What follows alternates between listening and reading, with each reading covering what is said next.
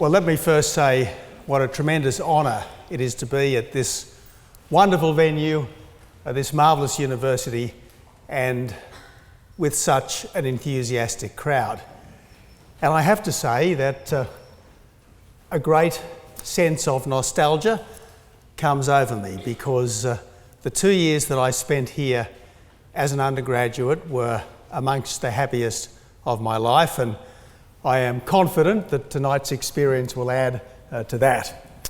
When I was about your age, older people were good enough to take me under their wing. One of them was John Howard, Australia's second longest serving Prime Minister, in whose government I later served. Another was B.A. Santa Maria, whose movement had helped to keep my side of politics in office for 23 years and whose allies helped me to win the student presidency at Sydney University. And there were some wonderful teachers here, including Brian McGuinness, Geoffrey Marshall and Neville Maxwell, who tutored me in Oxford. And I hope that I can repay some of the debt that I owe them by sharing briefly with you what this place did for me and why I think it matters. There's a line of Evelyn Waugh, a Hertford man of time at Oxford. It was this cloistral hush that gave our laughter its resonance and carries it still joyously over the intervening clamour. I still recall the day I arrived in England. The plane flew low up the Thames Valley and I gazed in wonder on the Houses of Parliament, Big Ben, St Paul's, Tower Bridge, the great landmarks of the country that had shaped my imagination as it does the mental hemisphere of everyone who speaks English, which these days is the world's common language. Oxford has educated 27, no less than 27 British Prime Ministers. It's also educated 4 Australian ones, Malcolm Fraser, Bob Hawke and Malcolm Turnbull, as well as myself. And of course there's one US President who smoked but supposedly didn't inhale. Presumably because he couldn't read the no smoking signs at Rhodes House, which were in Latin. Now I have to say that I could hardly contain my excitement arriving at this university that for centuries had attracted the world's best minds.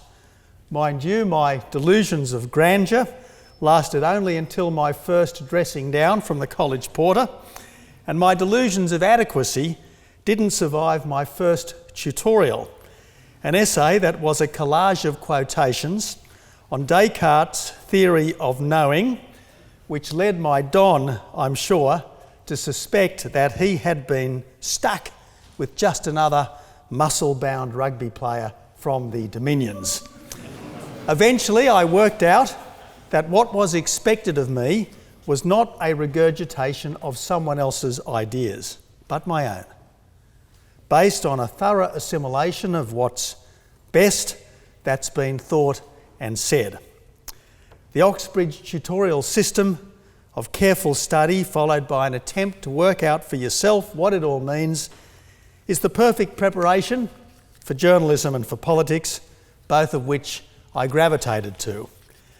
It also reinforced my instinctive conservatism, because it's very hard to regard yourself as morally superior to your forebears when it's their work that you're learning from. On the fundamentals of the human condition, there really is nothing new under the sun. Now, I can't say that all the Abbott government's policies were shaped in Oxford, but their author certainly was. October 1981, when I arrived, was the middle of Margaret Thatcher's campaign for cruise missiles to be based in this country. And for a fortnight or so, contemplating the potential annihilation of so much history, I became a nuclear disarmer. And then I remembered that great ideals could never be destroyed and should never be surrendered.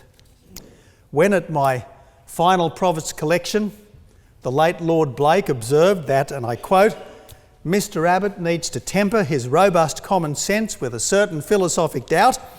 It was perhaps a coded message that I should enter the world of action rather than of reflection. But I am confident that striving to say what you mean and do what you say, which is how I tried to conduct my public life, owed much to tutors here who insisted that people who couldn't explain things didn't understand them, and that the point was less analysis for its own sake than coming to conclusions about what might be change for the better." I'm sure you've noticed how people in authority tend to talk endlessly without actually saying anything. In my time, you certainly could never bluff your way through an Oxford tutorial. I'm sure you've noticed how so much public debate is about demanding that things be better without actually saying how this might be brought about. Again, willing the ends but not the means would not normally have made it past an Oxford tutor. And what about the current craze for rewriting history and for debunking heroes? My tutors would have seen judging yesterday's people by today's standards as the epitome of condescension. There were no safe spaces then, except those that could be defended by rigorous argument. My time here wasn't all plain sailing. I had to dictate some of my final papers to a typist because the examiners couldn't decipher my handwriting. To which one of my more upper-class English friends quipped, "And do you mean to say that the typist could decipher your speech?" And yes, there was the first I never got, and the rugby blue that I missed 2 years running, and I lost my only election here for the presidency of the Queen's College Middle Common Room. Oxford helped to teach me how to lose, as well as how to think. But I guess 2 blues in boxing means that it taught me how to fight too. Oh yes, to whom much is given, much is expected. When I was leader of the opposition in Australia, I never thought that I could remake the world or change human nature. But I knew that there were some basic things that government just had to do if a country was to succeed. Government has to keep the nation's borders under control. If it doesn't, it risks a form of peaceful invasion. We in Australia never had illegal immigrant boats on quite the scale of those still coming across the Mediterranean. But when the people smugglers scuttled their boats, my government gave them new ones they couldn't sink and sent their customers back to Indonesia. It's an example that I would commend to you because the only way to save lives is to stop boats. Government can't tax a country into prosperity. That's why my government scrapped the carbon tax, which was socialism masquerading as environmentalism. And we scrapped the mining tax too, which would have killed the industry on which our prosperity is based.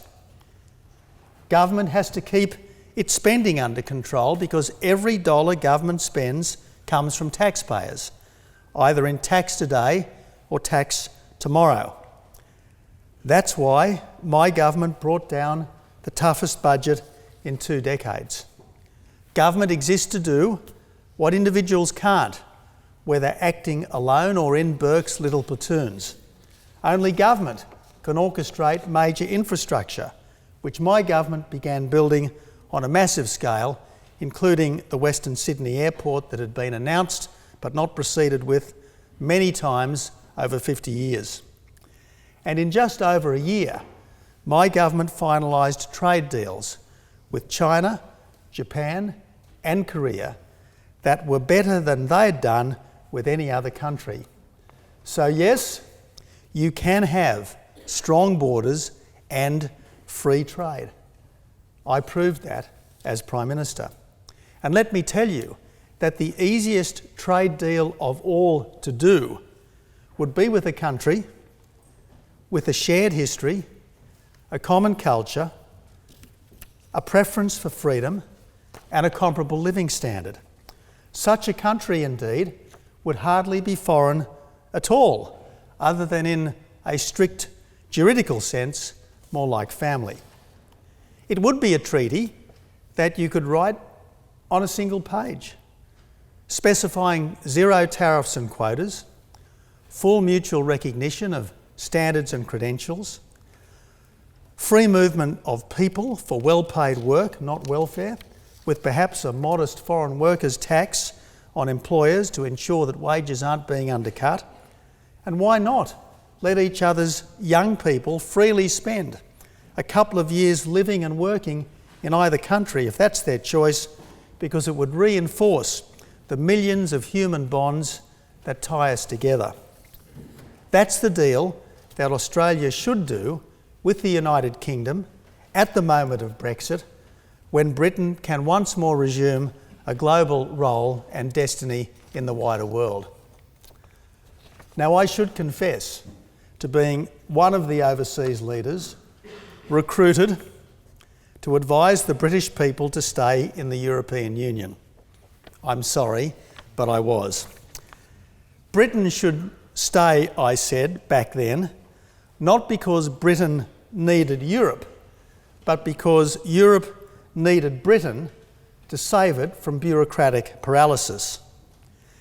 Now that the decision to leave has been made, it should be consummated as quickly and as cleanly as possible.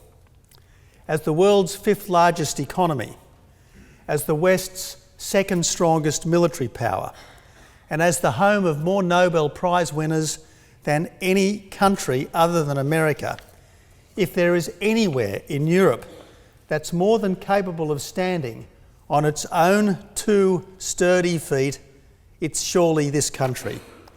Hence, it's way past time, and I say this as a friend and admirer of Britain, it's way past time for the British people to stop remoaning and to take charge of their own future. What have the British ever done for us? We might ask. Well, to adapt the forum scene from the life of Brian, not much, except for the English language, the rule of law, parliamentary democracy, the Industrial Revolution, and saving Europe from the menace of Nazism. Not a bad record. And for me, it's the EU establishment's palpable desire to punish Britain for leaving that entirely vindicates the Brexit project. You see, the story of English-speaking civilization is of freedom broadening slowly down from precedent to precedent. That mostly happy marriage of liberalism and conservatism that has produced societies that are far from perfect, but are still the freest, the fairest, and the most prosperous on earth. It's the greatest story ever told. And please don't forget that it's your legacy too. Wherever you're from, it's now your legacy to protect and extend. And the question that all of us, you no less than I, have to pose is, what will we do, what will you do to keep this beacon of hope and freedom for the wider world? That's our challenge, to do what we can to keep this place a beacon of hope and freedom to the wider world, and long may we live up to that. Thank you.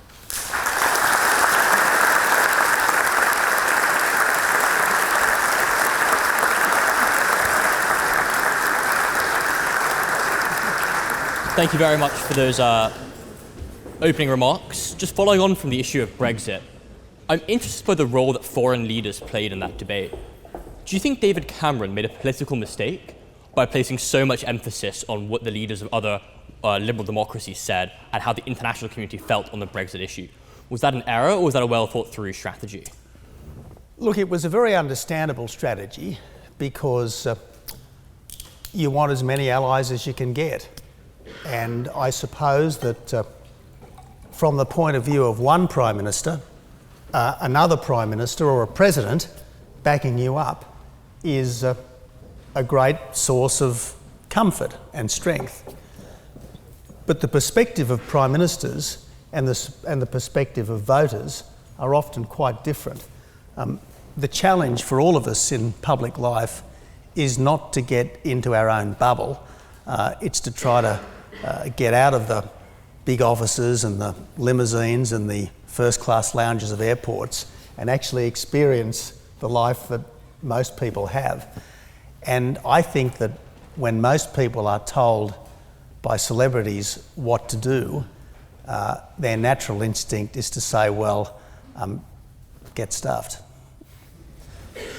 After the Brexit referendum, which obviously didn't go the way that the people who called it planned, there was a lot of criticism of the idea of referenda in politics. You're a seasoned veteran of Australia's referendum on the issue of constitutional monarchy. How do you think we can have referenda in a way that decisively settle issues? Are there some issues that referenda can't cover? And why was it that it worked so well in the Australian case when debating the presence of Her Majesty? Okay, well, we've had two popular votes in the last couple of decades. The first was a referendum to change the constitution to make Australia a republic, and that was pretty comprehensively defeated, and I helped to lead the campaign to support the Crown in our constitution because there is nothing wrong with Australia that becoming a republic would fix, and I think that having at the apex of our system the Crown represented in Australia by a Governor-General appointed like a judge rather than someone elected like a politician or chosen like a politician makes a lot of sense. I think if we had become a republic, our system of government would be subtly but significantly changed for the worse. We had another popular vote recently, and that was on the question of same-sex marriage. Now, I proposed that as Prime Minister. I did so not because I supported same-sex marriage, but because I thought it was important to give this change a chance. And if it were to happen, and I didn't want it to happen, but if it were to happen, I thought it was best done by the whole people rather than simply by the politicians. When the vote was put, it was a postal plebiscite. When the vote was put, the result was 60% for and 40% against. And I think that it's been almost universally accepted as a fair and reasonable change. And I think it was universally accepted as a fair and reasonable change, including by people like me who were against it, is because we did it the right way, not the wrong way. So, when do you use these things and when don't you? On things that are changes to the Constitution, you have no choice in our country. You've got to have a referendum. On things that do not require a referendum, there is an argument for having one if it really does go to the heart of personal choice. The other time that we had a referendum on a matter that did not require one was back in the time of the Great War, when we had two referendums in Australia for conscription to serve in the armed forces overseas. Now, both of them were defeated because the Australian people decided that putting your life on the line was such a big deal that you should make that decision yourself rather than have it forced on you by the government. But there is precedent in Australia for doing these things, but you wouldn't want to overdo it, because if you do overdo it, you would definitely erode parliamentary sovereignty. So the question of a second referendum is one that went from a fringe campaign for people's vote to one of the most popular phrases in British politics. Given the sympathy you've shown for the issue of Brexit and Britain pursuing new trade deals, do you think a second referendum or a people's vote would be a dangerous trap for British politics and British foreign policy? Well, I certainly think it would be a big mistake to have a second referendum, because this idea that you keep voting until you get the right outcome, I just think is dead wrong. And I think that's typical of the Brussels mindset. If the people get it wrong the first time, force them to vote again and again and again until finally, through a process of exhaustion or coercion, they vote the right way. So I think it would be fundamentally undemocratic to say that, well, you got it wrong the first time, let's do it again. But in any event, I think it may also turn out to be much worse for the Remainers, because I suspect that there would be a lot of people who voted Remain the first time round because they were uncertain about the impact of change, who would vote yes to get out the second time round because they felt that the whole democratic principle was being undermined by the Remainers. So look,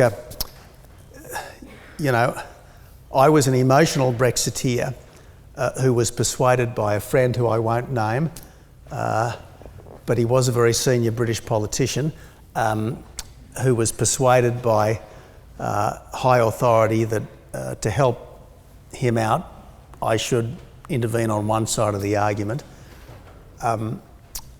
But when the vote came, I rejoiced. Because I thought, this is the British people seizing their own destiny. This is Britain saying that we won't be limited by Europe. We will be free to do what we think best in the wider world. And given that Britain has been such a force for good in the wider world for so many centuries, I thought this is fantastic. And having made the decision, you've just got to go through with it. And the last thing that anyone should allow is for the Brussels bullies to bluff you out of doing what you have decided to do. Well, continuing with that issue of trade, the difficulties of trading relationships, I want to look at the somewhat awkward love-hate relationship that Australia has with China. So on the one hand, Chinese consumption of coal and minerals is vital to the Australian economy. But on the other hand, there's growing resentment amongst Australians towards Chinese investment with Australia, which has led to increases in property for young Australians, and has recently led to Australia banning Huawei from supplying the 5G mobile network. How do you balance the benefits of the major consumer of the Australian commodities market versus the security and housing costs that the ordinary Australians are now facing? I think we in Australia should pursue the best possible economic relationship with China, confident that a good economic relationship is in our best interests as well as in China's best interests. And so far, I have to say that the rise of China has been very good for the world because of the economic benefits that have been provided not just to the Chinese people but to everyone else who has traded with China. I think there are very serious issues of intellectual property which have been raised. I think China hasn't been as respectful as it should have been of intellectual property. And I have some sympathy with some of the things that America is pursuing at this time to try to balance that up. But it is in everyone's interests to try to ensure that the economic relationship with China stays strong. As my distinguished predecessor, John Howard, often said, as a country, Australia does not have to choose between its history and its geography. As I often said, you don't make new friends by junking old ones. We've always found in Australia that we can have a very strong economic relationship with China and at the same time maintain the strongest possible strategic partnership with the United States. And I think as long as you are open and upfront about your own position, the Chinese respect that. Now, do I approve of everything the Chinese government does in respect of its own citizens? No, I don't. But the Chinese probably don't approve of everything that we do in respect of our own citizens, and I'm not going to give them gratuitous lectures and I would take it very ill if they gave us gratuitous lectures. If there was ever something utterly monstrous being done, well, that's a different story. But authoritarianism of itself is not something that needs to be regularly called out. There are many authoritarian countries around the world other than China, and if we washed our hands of all of them, it would be a very lonely world indeed. So speaking of that issue of the international community and the sort of common principles that we do have to stand up for, during your time as Prime Minister, the crisis in Syria was deteriorating. Yeah. And you pushed for greater action from the US under Barack Obama, and you committed more Australian resources and interventionist approach. Given Trump's sort of more isolationist tendencies, do you think that poses a strain for Australian and American foreign policy objectives being aligned? Look, I think we all see Trump through the prism of the media, and the media are incredibly hostile to him. Now, I'm not saying that I agree with everything that Trump has done, but I think we should judge him on his actions rather than on what other people tell us are his motivations. And far from being isolationist, I see Trump as having done more than his immediate predecessor to stand up for Western liberal values. He has been more forceful in respect of North Korea. He has been more forceful in respect of the regime in Syria. He's been more forceful in Eastern Europe. So I don't see Trump as this Godzilla crashing around the world that the media portray him. That's not how I see him at all. I do think he's right. America's allies do need to step up. Certainly Australia has been stepping up. It was stepping up under me, and it's continuing to step up under my successors. Just in terms of what was happening with the so-called caliphate between 2015 and recently, this was an unspeakable evil. It was an eruption of medieval barbarism into the modern world. I mean, beheading hostages on the internet live, locking prisoners in vehicles and using them for artillery practice, throwing gays off tall buildings. I mean, it was just about the most sickening evil imaginable.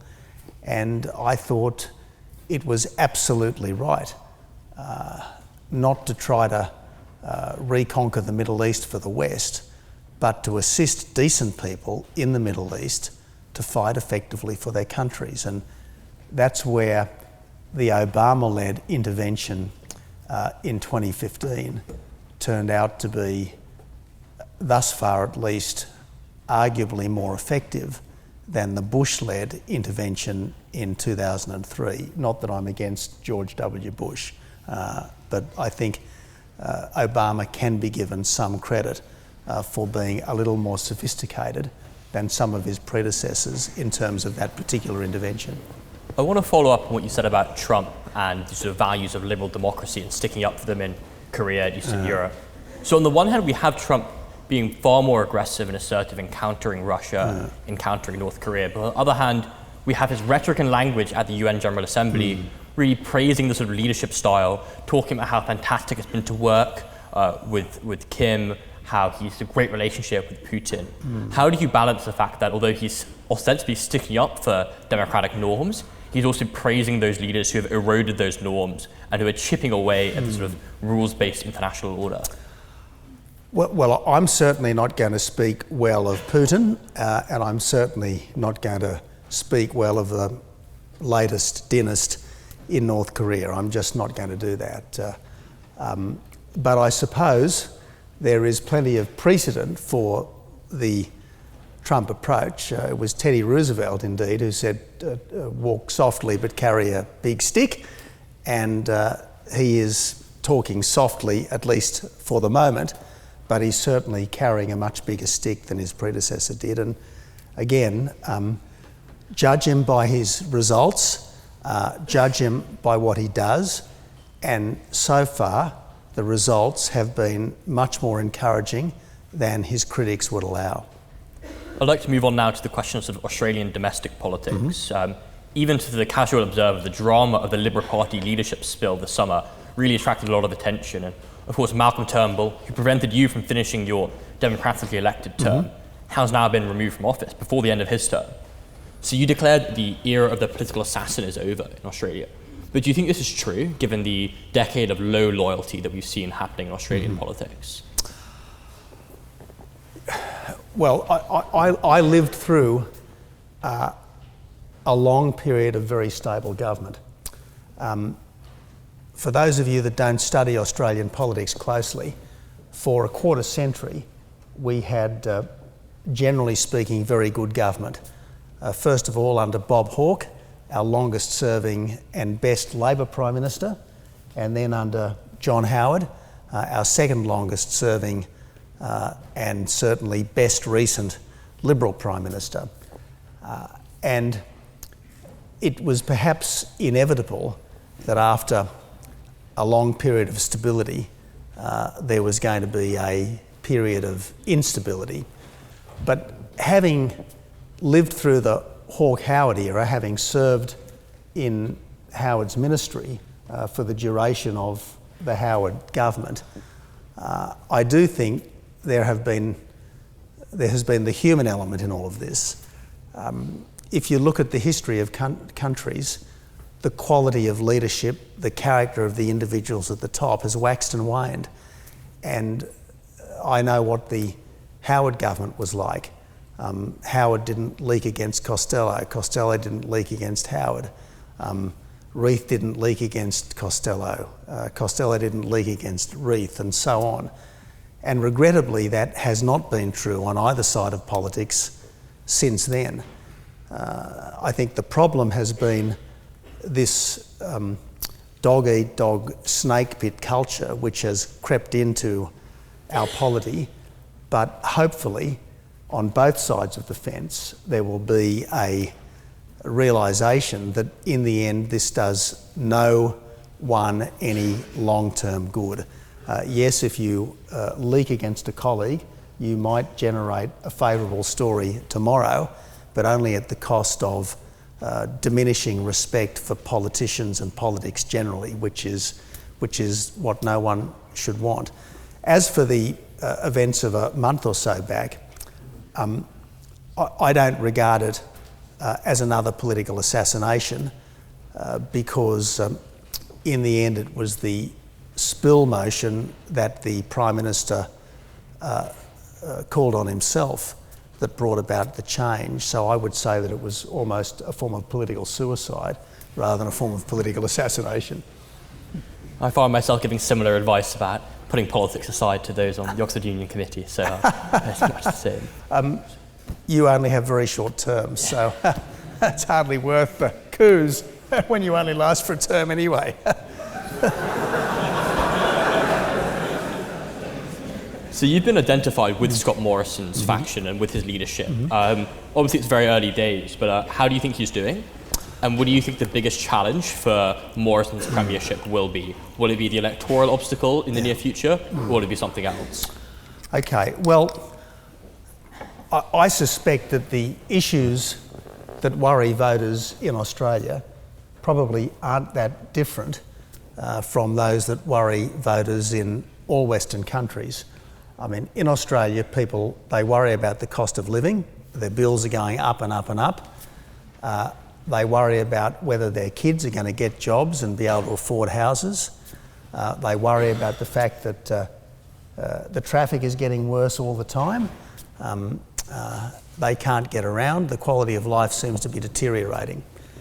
So I reckon that what we ought to do is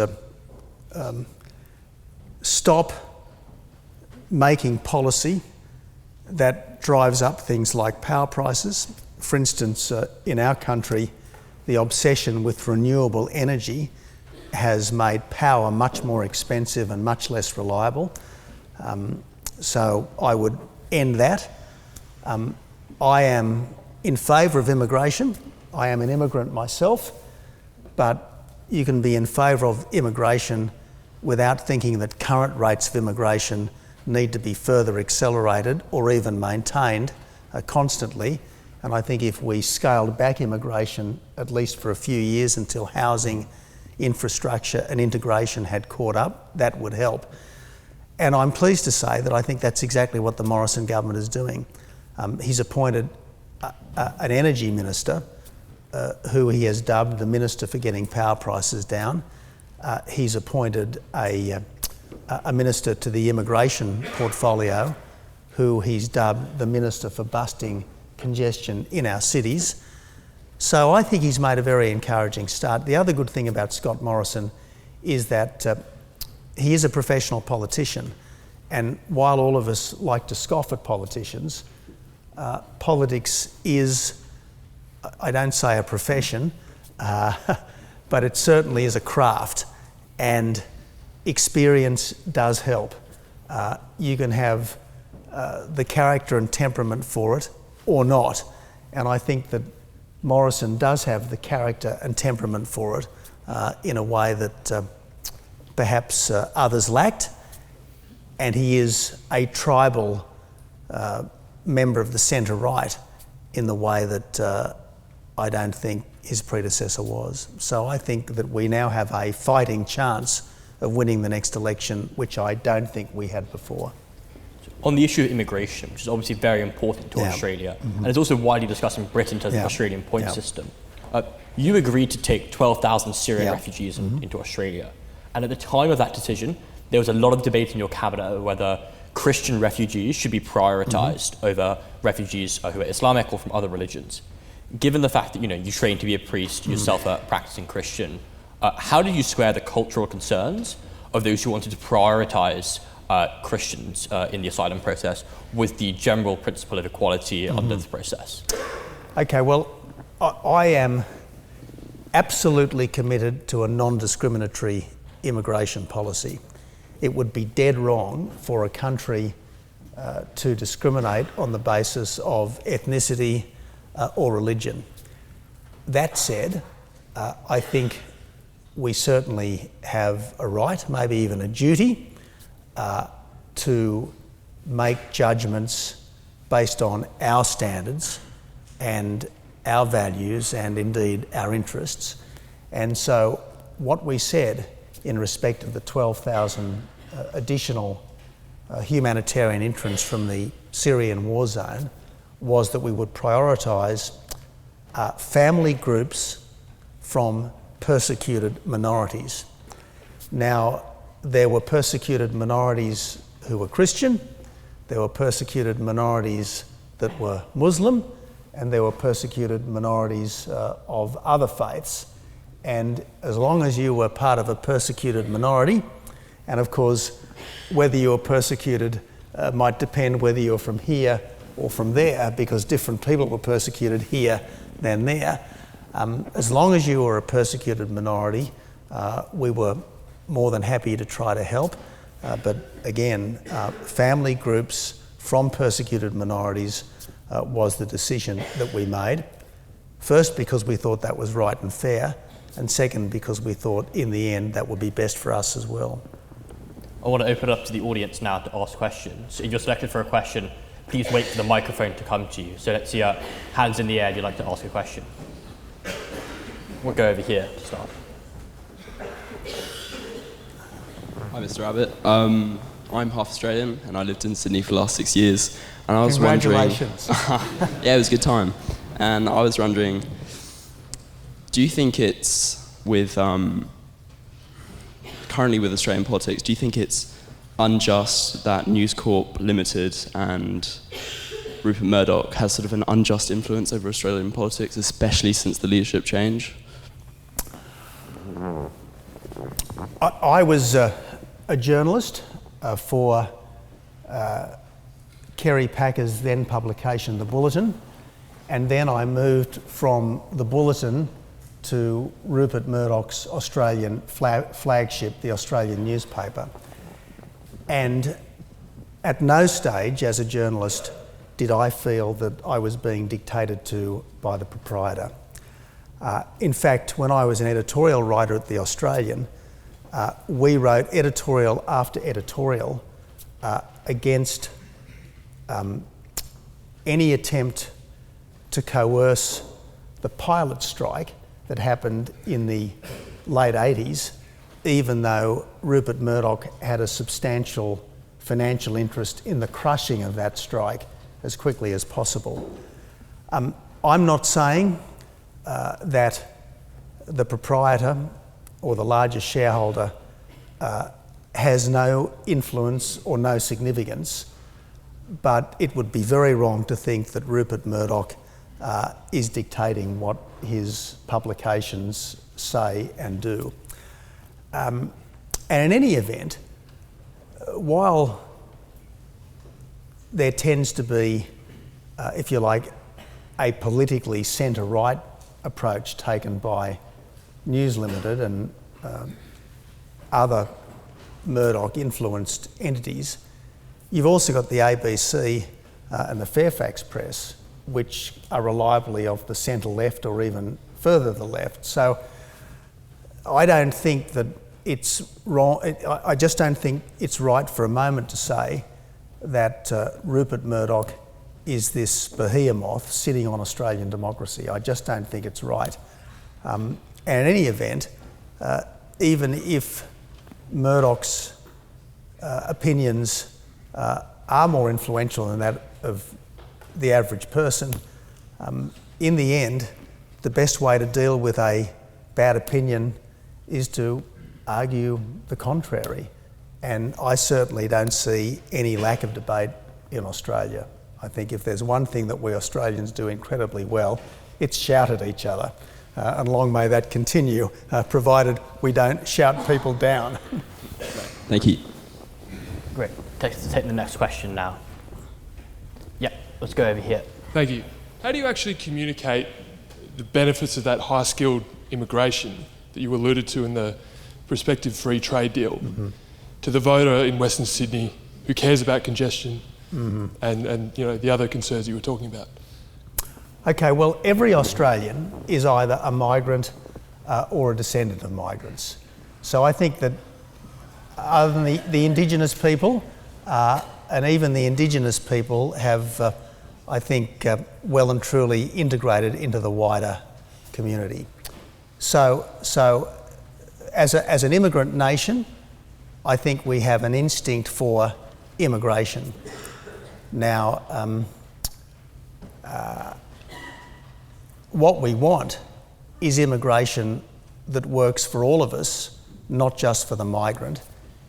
And if the migrant is making a contribution from day one, I think Australians are generally pretty happy with that. And the best way to be making a contribution from day one is to have a job and pay taxes. The only question then is the immigrant taking a local's job? This is where I think we really do need to consider something like a foreign workers tax that would be paid not by the immigrant but by the immigrant's employer, because if there was such a thing as a foreign workers tax, you would only employ someone from overseas if that person from overseas really was adding value to your business. You wouldn't be undercutting a local's wages. You wouldn't be bringing someone in because that person is more docile than a local. You would be bringing that person in because that person really was adding more economic value than a local could. Now, if the overseas person is adding to our country, well, then that person is more than welcome. Great, thank you. Next question, please. Yes, to the woman in the front row, please. Thank you, Mr. Abbott. We met before in the meet and greet. I'm a refugee and human rights lawyer studying the D. Flynn Law here at Oxford. And just following on from the previous question, you're talking a lot about what makes someone a good migrant and what makes someone an undeserving migrant. So what about our asylum seekers and refugees who are fleeing persecution and seeking international protection, but may potentially, not for a few years, be able to contribute to Australian society economically? Would you say they are undeserving migrants for Australian community? Well, Emily, if I may respectfully say, your term's not mine. I never used the term undeserving migrant. So please, if you disagree with me, by all means do, but don't put words in my mouth that I didn't use. Now, we've always had a significant refugee and humanitarian program, and I am not proposing that we should end that, not at all. On the subject of that which I would call illegal immigration and that which you would call asylum seeking, the people who came to Australia by boat under the Rudd-Gillard government, in almost every case, had passed through several countries before they got to Australia. In almost every case, the countries that they had passed through were countries where they would be physically safe. They weren't countries with social security systems. They weren't countries with the economic opportunities that Australia has. But nevertheless, if what they were seeking was safety, they had safety long before they got to Australia. I think that the right of sanctuary ends once you have moved past the first place where it could reasonably be claimed. I think you stop being a refugee and become a would-be economic migrant once you go beyond the first place of safety. That's the first point to make. The second point I'd make is that coming illegally by boat is not just an infringement of our national sovereignty, it's an incredibly dangerous thing to do. More than 1,000 people drowned, we reliably think, in the Rudd-Gillard era. Something like 2% of all the people who got on boats in Indonesia to come to Australia died in the attempt. And the only way to stop the deaths is to stop the boats. So I think that stopping the boats is actually the humane thing to do. Yes, it's tough at one level, but I think at a deeper level, it's the decent and the humane thing to do. Now, if we were talking about, for argument's sake, a crisis in East Timor, and people were getting on boats to avoid the crisis and coming to Australia, I'm not encouraging that, and I don't think it's likely anytime soon. That would be altogether different than, for argument's sake, people coming from Afghanistan or Syria via other parts of the Middle East, Malaysia, Indonesia, and then getting on boats to come to Australia. And I think we do have to make a judgment in accordance with the different circumstances we face. Great. Another question, please. Let's go to the end of the front row here, the man in the jacket. Good evening, Mr. Abbott. My name is Rahul Bajaj. I am a law student here from India.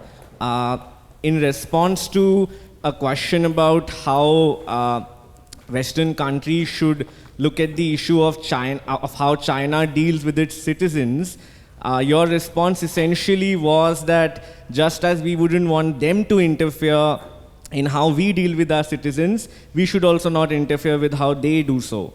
So my question is, how would you respond to the argument that this is a case of false equivalence, given that China is known to engage in censoring free speech, in shutting down the internet, etc., and given that you noted that it is emerging as the engine of global growth and sort of a new norm setter in the international global order, it is critical to ensure that it is called out for these kinds of things.